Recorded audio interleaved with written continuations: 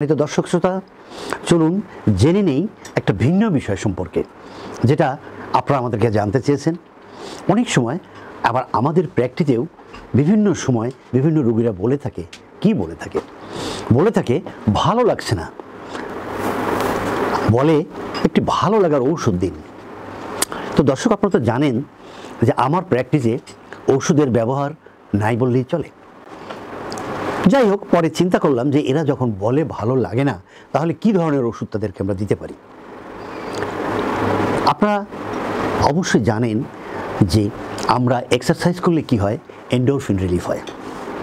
এটা মাথায় আসলো যে এন্ডোরফিন রিলিফ হলে লোকজনের অনেক অসুস্থতা চলে যায়, এন্ডোরফিন রিলিফ হলে ব্যথা চলে যায়, এন্ডোরফিন রিলিফ হলে মনটা প্রফুল্ল থাকে।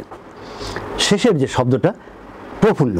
তো চলুন তাহলে আমরা কি করলে মন প্রফুল্ল থাকবে? এন্ডোরফিন রিলিফ করতে হবে। তাহলে এইটা রিলিফ করার জন্যে আমরা কি করলে হবে? এক্সারসাইজ। অর্থাৎ ইন জেনারেল আপনি এক্সারসাইজ করতে পারেন, অথবা আপনি হাঁটতে পারেন। যে কোনো এক্সারসাইজ করলেই এটা রিলিফ হবে।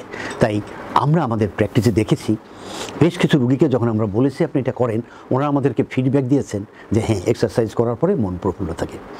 এই তো পেয়ে গেলাম দর্শক আমার ফিল। কি আমার feel? Exercise. Exercise is medicine.